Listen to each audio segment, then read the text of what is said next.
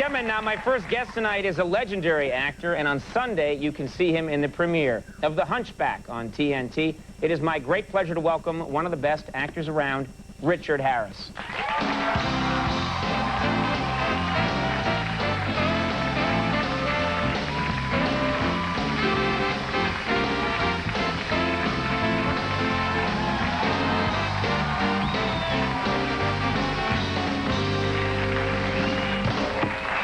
How are you? I'm very good. How are you? Good. Thanks very much for coming. Thank you for asking. You seem to be in a good mood. Yes, go ahead. No. Huh? Your show. Yes, okay. Well, I forgot. All right. You know, I was a little, I won't, you know, how to start. I have so many things to ask you, but I want to clear the air first. I heard that you had heard somewhere, was a little angry with me because you heard somewhere that I don't like Irish food. Is that the case? Did I? That's what I heard. Oh. Whoa! Whoa! Well, I know you had a tendency to get tipsy, but... speaking of tipsy, but don't you like Irish food? Well, you know what? I was misunderstood. I said somewhere, and then I apparently had got around in Ireland that I don't like Irish food. It's just that I said somewhere they're not known for their cuisine, you know? They're known for, like, throwing a potato on your plate and a piece of beef and saying, get to it, you know? No. But see, the best Irish food is Guinness. Yeah, well... No argument that... You had the wrong menu on the table. Guinness. Guinness is 3 of the 4 Irish food groups, I understand. It's the one. The only one. You know, they say that, speaking of St. Valentine's Day, they say that Guinness is an aphrodisiac. I have not found it to be so, but I know that. Happy that... Well, the only thing that Guinness gets up is your hopes.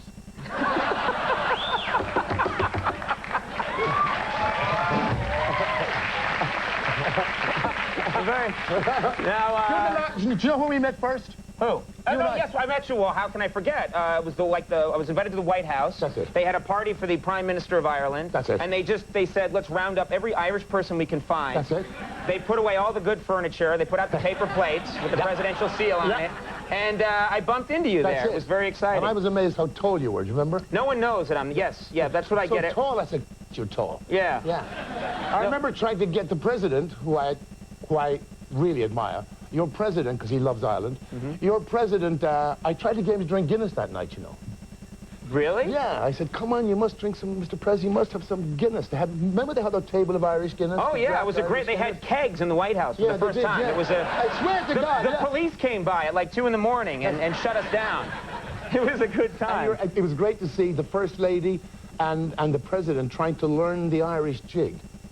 They were trying to teach them the jig. Yeah, they were trying to. Yeah, it was a lot of fun. Yeah, it was great. The whole and then the evening was over and they cleared us all out of there. Well, and I don't know about that, but I know you weren't allowed to smoke, so I used to sneak out on the balcony and sort of take a quick draft of cigarette, then get back in again. It was great. It was great. It was grand. I had a good night. That's the best thing about the White House is that there's a balcony to smoke on. Yeah, that's what you were calling. You know, I wanted to ask you because you do have, you know, I alluded to it before, but you have a reputation, as do many of the great actors of your generation, of drinking some while you work, or as you work, especially in the theater world. And I was curious, is that really true? Is there, you know... Wouldn't it be terrible for me to lie on your show and say it's not true? Yeah. I remember, I'll tell you a great story. Can I tell you a story? Well, that's sort of what these shows are all about. Oh, I see. This dovetails nicely for us. Yeah, go ahead. Well, why a story? All right. There was the 2 guys who there were 3 of us legends for drinking, okay, and for having a rough, kind of a wild Rabelaisian life. One was Richard Burton, of course, Peter O'Toole, the great O'Toole, and Harris. And O'Toole and I did a play together down in Bristol Old Vic, which is a very famous theatre in England. And during the play, there's about 15 to 20 minutes when actually we're not on stage. So every single night, we'd come off stage together, dash across the street, duck the taxis into the bar. And we'd be throwing back beers and beers, watching the time, making sure we got back on time for our cue, right? Well, one night, we got so engrossed in telling stories that we forgot that we were on stage.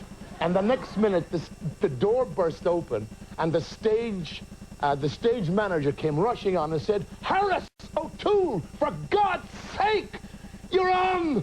You're on! There's a full house waiting for you. The play has stopped dead. Come on! We dropped our drink quickly down our throat, rushed across the street.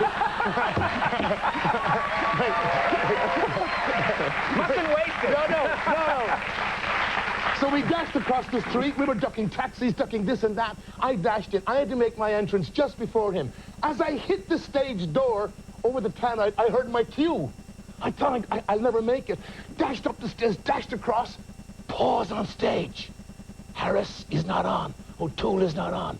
I just dashed on, tripped over a wire, slid right across the stage, right down to the footlights, and hung over onto the lap of 2 or 3 sort of Bristolian old women. And O'Toole was to come on next. And this woman looked at me in shock as my sort of head was in her lap.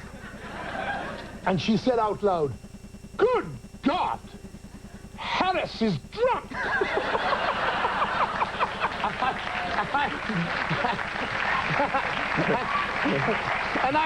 And I looked at her and I said, "Madam, if you think I'm drunk, wait till O'Toole makes his entrance."